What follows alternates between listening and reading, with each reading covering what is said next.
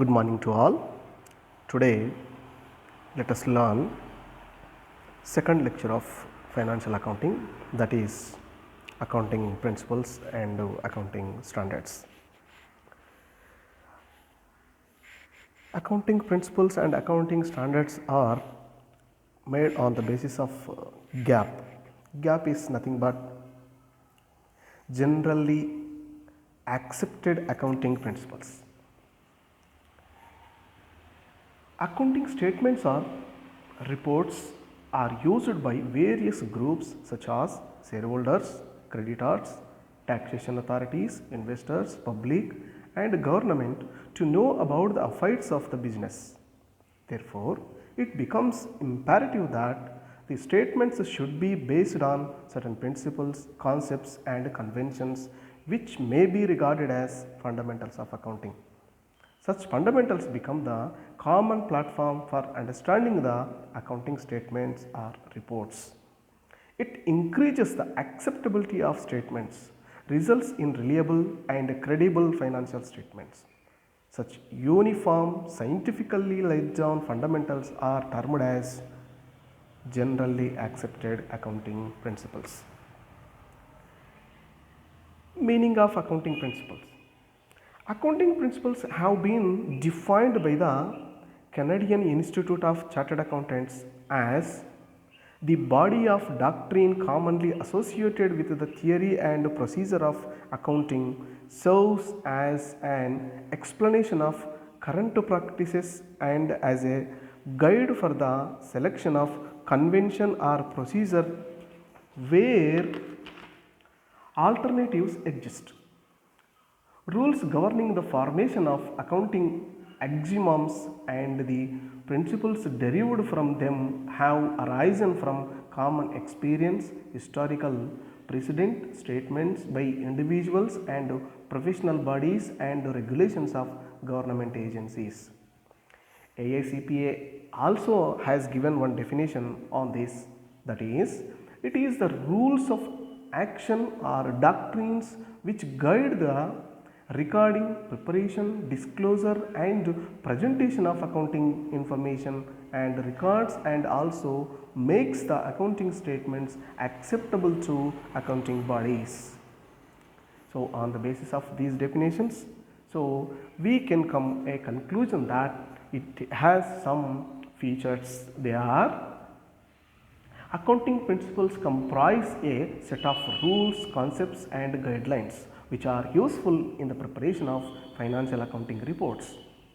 Accounting principles have been developed on the basis of reasoning and observation, but as they are made by man, so they are not universally applicable as the principles of pure sciences. These are influenced by business practices and customs, rules of government in ever changing society. Third one is, accounting principles are fast evolving and keep on changing according to the requirements of the business. In order to be generally acceptable, accounting principles must meet the three criteria. There should be relevance, objectivity and feasibility. Relevance means suitable for the circumstances under consideration. Objectivity means accounting principles should not be influenced by subjective choices and personal bias of the accounting. Feasibility means it should be possible to use the principles without undue cost hassles. So that accounting principles have been classified into two categories.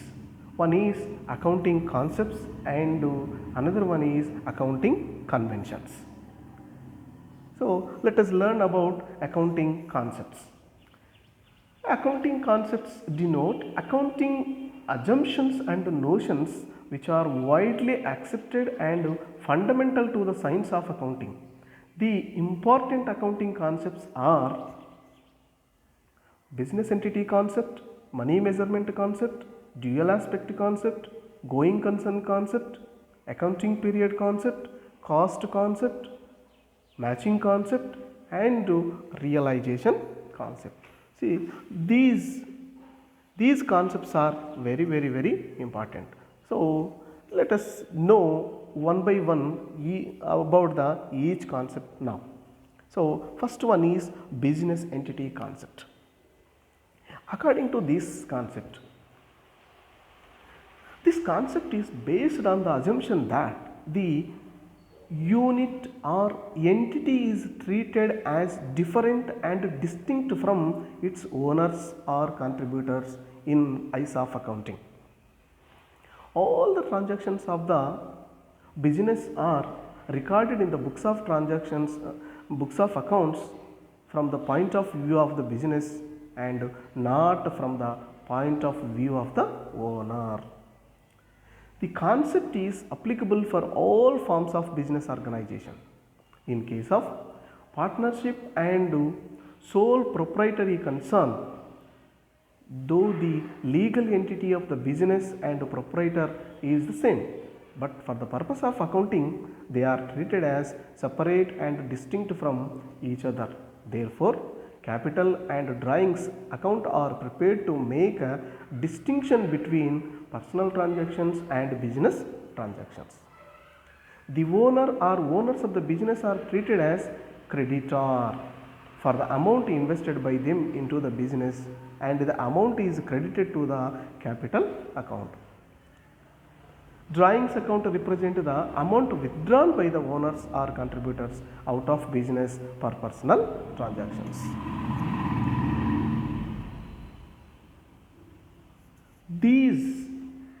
There are certain implications of this concept.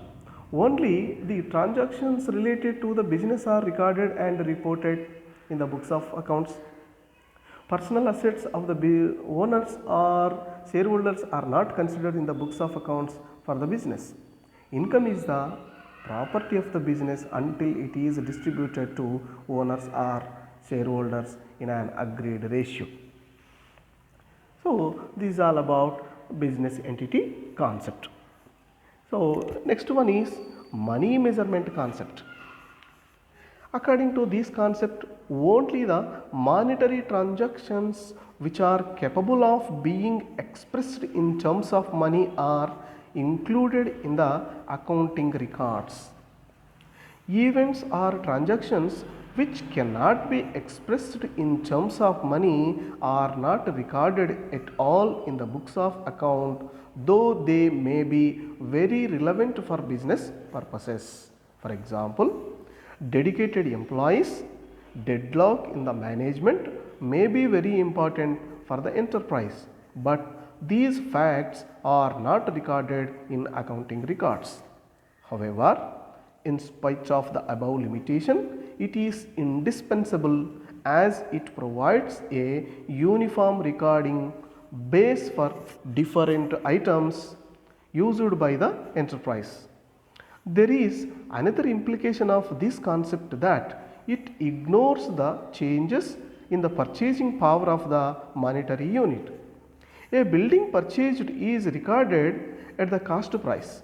From year after year, although its actual market value may be worth many times more than its cost price due to appreciation in the value of land.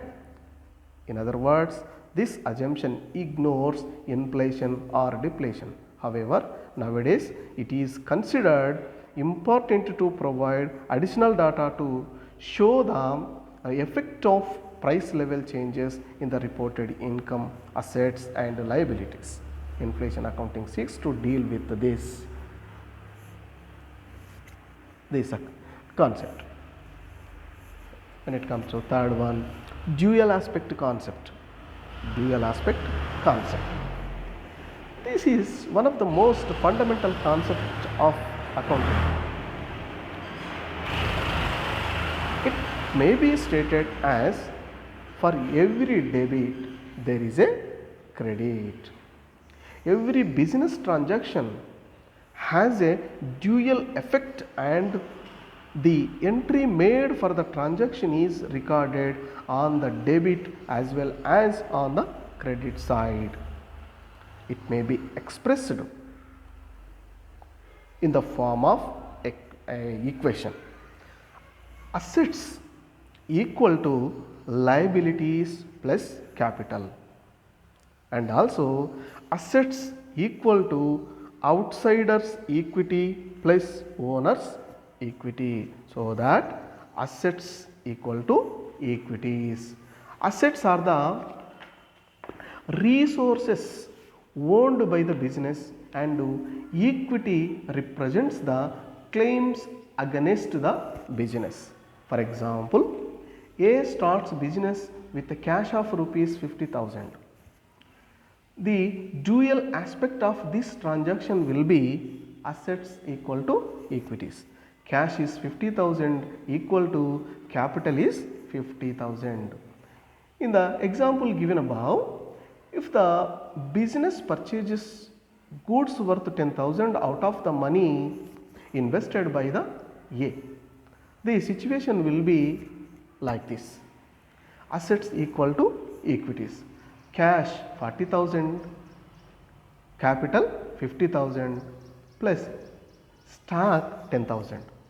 Cash 40,000 plus stock 10,000 becomes 50,000, which are assets. These assets are equal to capital, that is an amount of rupees 50,000. Thus, this relationship will be established after every transaction. Every debit has equal amount of credit. So, the total of all debits must be equal to the total of all credits at the end of every transaction or event.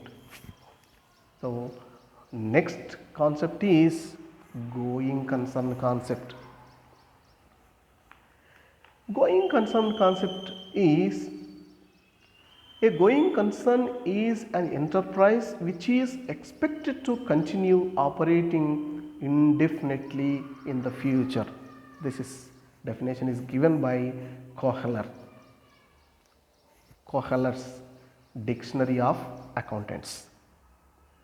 See, as per this definition, or about this going concern concept is, this concept assumes that the business will continue to exist for a fairly long period of time.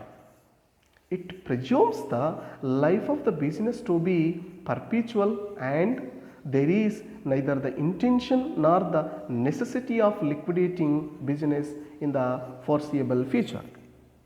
It is because of this assumption that the assets are classified as current and fixed assets. Fixed assets are shown at the book value in the normal practice and not at the market value, except to report changes in purchasing power of money. Moreover, fixed assets are depreciated over their useful life rather than over a short period of time. The liabilities are classified as short-term liabilities and long-term liabilities. Next, outstanding prepaid expenses, accrued incomes and income received in advance are recorded in the books of accounting. International accounting standards requires that if this concept is not followed, the fact should be disclosed in the financial statements along with the suitable justification. So, that going concern concept is a very important one in the point of view of recording accounts in the books of an organization. So, when it comes to fifth concept of accounting, so that is accounting period concept. The life of the business is considered to be indefinite, but the measurement of income cannot be postponed for a very long period of time. Therefore, this concept requires that the economic life of the business is to be divided into periodic intervals known as accounting periods to study the results shown by the business after a time period. The purpose is to take corrective steps at the appropriate time if the business is not running in the right direction. It may be the calendar year, 1st March to 20th February or 29th February, or January 1st to December 31st of every year be a financial year, or any other period as it suits the concerned business. The custom is to use 12-month period for external reporting, but for internal reporting accounts can be prepared even for a week, a month, 3 months, 6 months, like this. This concept implies that at the end of each accounting period, financial statements, that is the income statement and balance sheet are to be prepared to study the profit or loss for the period and show financial position of the business at the end of the period. The use of this concept also requires that the proper distinction has to be made between capital and revenue expenditure. See, these two things are different. Capital is different and revenue is different. So, in capital, revenue will be there, capital expenditure will be there, revenue income will be there, revenue expenditure will be there. So, all these things are different, will be known later on. Next concept is cost concept. According to this concept underlines an idea that the assets or resources of the business are recorded in the books at the price paid to acquire them, that is at the cost price. That means whenever we purchased a price, cost may be 50,000 rupees. So, same amount of 50,000 will be written in the books of accounts if at all after a gap of some period, maybe 1 day, 1 month, etc. So, if the value of that particular asset is increased, it cannot be recorded in the books of accounts. If the value of asset is decreased, it is also cannot be recorded in the books of accounts. So, second point is this cost becomes the basis for the accounting of the asset during the subsequent periods. This concept has a limitation that the book value of the assets are recorded may not reflect the true worth of these assets. That is, for example, if the business buys machinery for rupees 10,000, the machinery would be recorded in the books of accounts at rupees 10,000 and will be reduced by the amount of depreciation every year. The market value of the machinery, which may be higher or lower than the book value of the machinery, it is not considered for the accounting purposes. That's what I explained in earlier one.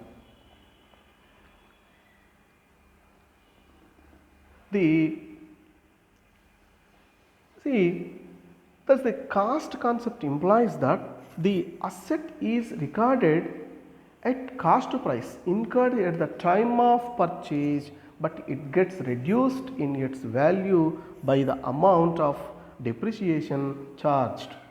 This concept means that if nothing has been paid to acquire an asset, it cannot be shown in the accounting books as an asset.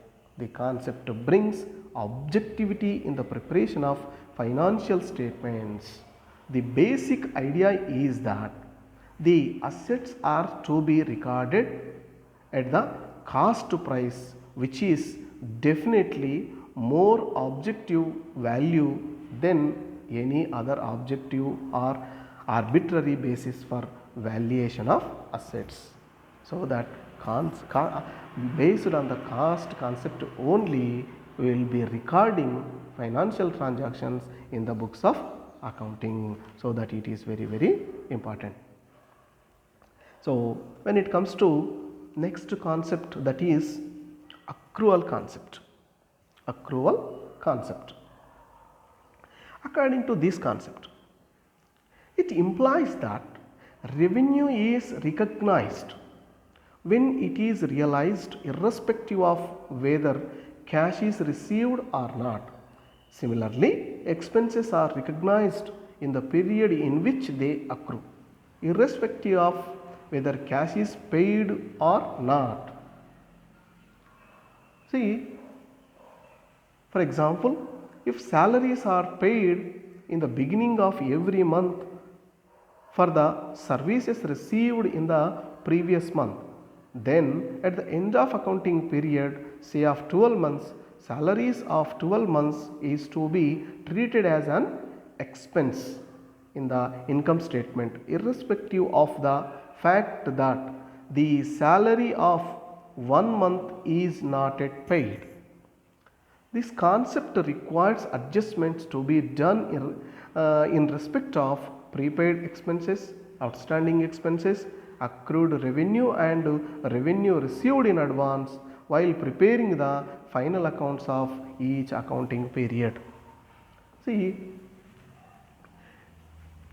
as per this concept, what we know is that in every business there will be some outstanding expenses and also prepaid expenses. So these are all to be recorded in the books of accounts. Why? Because it becomes very much necessary to be like accruals, prepaid and also outstanding ones. In that situations, so we have to take these two things into consideration for recording accounts in the books of accounts.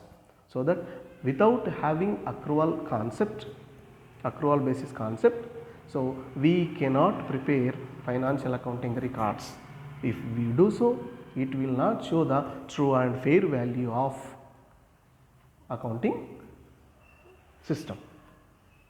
So that is all about accrual concept. Next one is matching concept. Matching concept. See, matching concept is nothing but, this concept is based on accounting period concept, which requires that there should be a periodic matching of cost incurred and revenues earned during the accounting period. The purpose is to ascertain profit periodically. To compare profit or loss of an accounting period, it is necessary to match expenses incurred in an accounting period with the revenues earned during that period. The formula is net income is equal to revenues minus expenses. Net loss is equal to expenses minus revenues.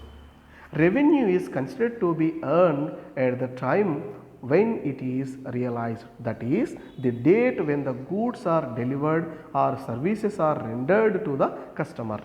Revenues may also be considered to be earned at the time the cash is collected, as is the practice with professionals. Time of various transactions rather than cash inflow is more relevant while considering revenues earned during the period. Incomes such as rent, commission are always recognized on the basis of time. Expenses are also recognized on time basis. They are recognized in the year in which expenses are incurred in material of whether paid or not. Thus, this concept implies all expenses incurred during an accounting period and all revenues earned during that year must be considered while determining net income or loss. Only those expired costs should be considered which are related to the same accounting period as of revenues. So, this is all about matching concept. So, next concept is realization concept. Next concept is realization concept. So, according to this concept, the revenue should be considered only when it is realized. The revenue in the business is deemed to have been realized when the property in the goods passes to the buyer. That is, sales are affected and the buyer becomes legally liable to pay to the seller. This concept is well understood with the help of an example. Say for example, A places an order with B for supply of certain goods on 20 January 2020. A contracts with B and B supplies the goods to A on 26th January 2020. A makes a payment to B on 31st January 2020. In this case, the sale will be presumed to have been made not at the time of receipt of the order, nor at the time when the cash is received, but at the time when the contract is entered and property in goods passes to the buyer. However, there are certain exceptions to this concept. One is, in case of hire purchase, the ownership of the goods passes to the buyer only when the last installment is paid. However, sales are presumed to have been made to the extent of installments received and installments due, but not yet received in each accounting year. Second one is, in case of long-term contracts, the contractor is legally liable to pay only when the whole contract gets completed as per the terms and conditions of the contract. However, the profit is calculated in every accounting year as per certain accepted accounting norms on the basis of work certified. So, this is all about realization concept. So, these are all concepts which are must to write or maintain records of accounts in the books of a particular concerns. See, apart from these concepts, we are also having some conventions. See, concepts are mandatory for every business concern. But when it comes to conventions, of course, these are all not mandatory, but if we follow these conventions, definitely we can disclose our books of accounts in a true and fair manner. So, for this purpose, first of all, let us learn about the accounting conventions. So, accounting conventions are of four. One is convention of conservatism. Second one is convention of consistency. Convention of materiality, convention of disclosure. So first one is convention of conservatism. Convention of conservatism says,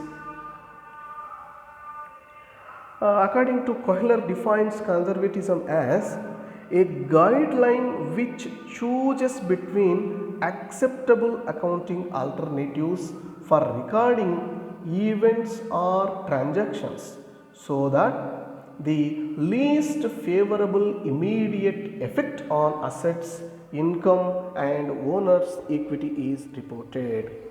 According to this convention, the accountants should follow the rule of anticipate no profits but provide for all probable losses. This convention requires that profits should neither be overstated nor anticipated. Accountants should follow the policy of plain sale. On account of this convention, stock is valued at cost price or net realizable value, whichever is lower.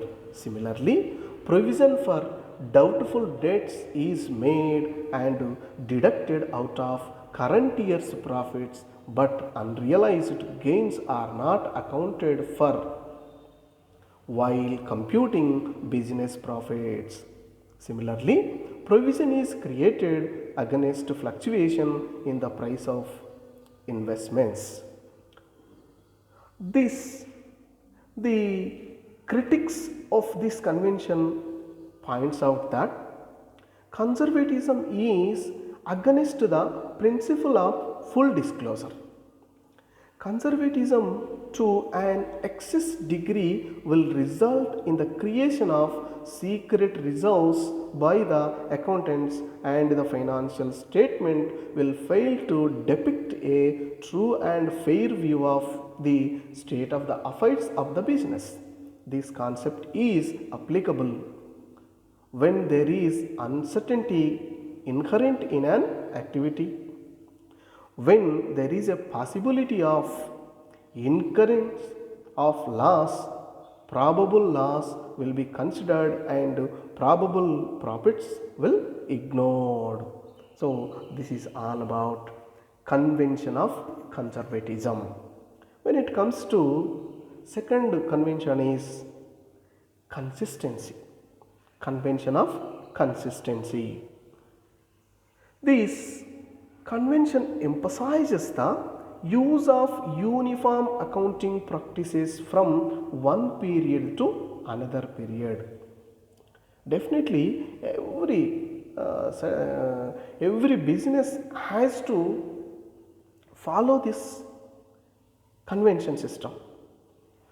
So only when the accounting practices are followed consistently from year to year, the results disclosed in the financial statements will be comparable and also acceptable. For example, if depreciation is charged on fixed assets according to written down value method in a particular year, the same method should be followed from year after year. It will ensure comparison. The principle of consistency is applicable when there are equally acceptable alternatives available. But an alternative chosen in one year should be followed in other years also. Any change from one alternative to another would result in it becomes inconsistency, which is not possible to compare our accounting records with one year with another year. However, consistency does not mean rigidity. So we are not saying that we should that it is a rigidity. Why? Because it doesn't mean that the improved accounting practices are forbidden. However, if adoption of such a material change in accounting practices results in changes in profits, a note to that effect must be disclosed in the financial statements. As we are preparing records of accounts in a true and fair manner, get the acceptance of end users of these particular accounts, so we should consider this consistency and have to follow. Let us come to another convention of, that is convention of materiality. According to this convention, only the material significant details are to be disclosed and insignificant details are to be ignored.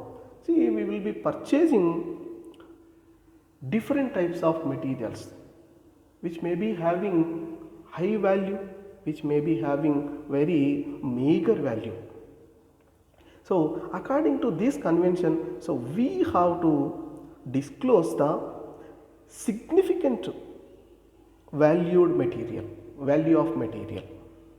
So about this material convention, Kohler says that materiality means the characteristic attaching to a statement, fact or item whereby its disclosure or method of expressing it would likely to influence the judgment of a reasonable person. So that is, what is material for one person may not be material for the other person. It is a matter of judgment by the accountants. The materiality depends not only on the amount of item but also influenced by the level and nature of information, size of the business, the level of the person who requires that information. For instance, the purchase of a stapler is treated as a stationery and not as an asset through it gives benefit over a long period of time. Similarly, while sending statement of account to each debtor, accuracy up to paisa is desirable, but when a statement of total debtors is compiled for the use of top management, figures are rounded off to the nearest rupee. Similarly, for tax purposes, income is rounded off to the nearest 10 rupee. See, like this, insignificant figures are to be not considered. So another function is that, another convention is that full disclosure. See, about this convention, full disclosure convention is, it requires that the financial statements should reveal all the relevant and reliable information fully and fairly. Accountants should not conceal any fact which they purport to represent.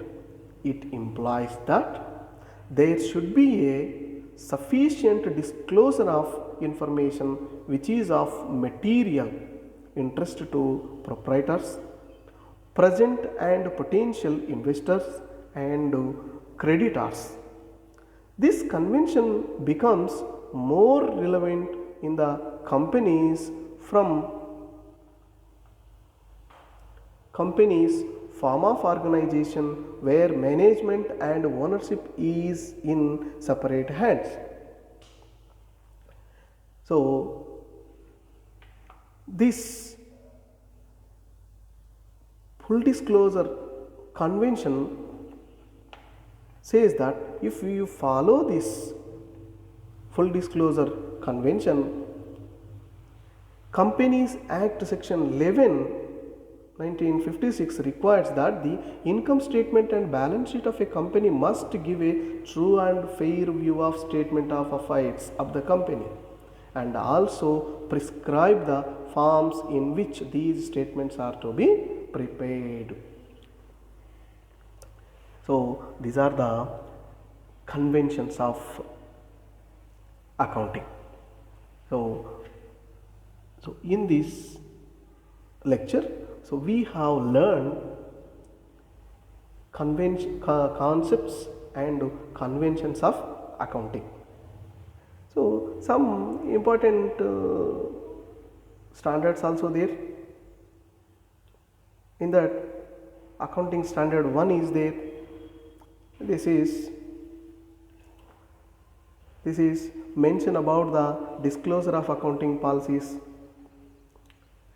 in the section 24 to 27. All significant accounting policies adopted in the preparation and presentation of financial statements should be disclosed.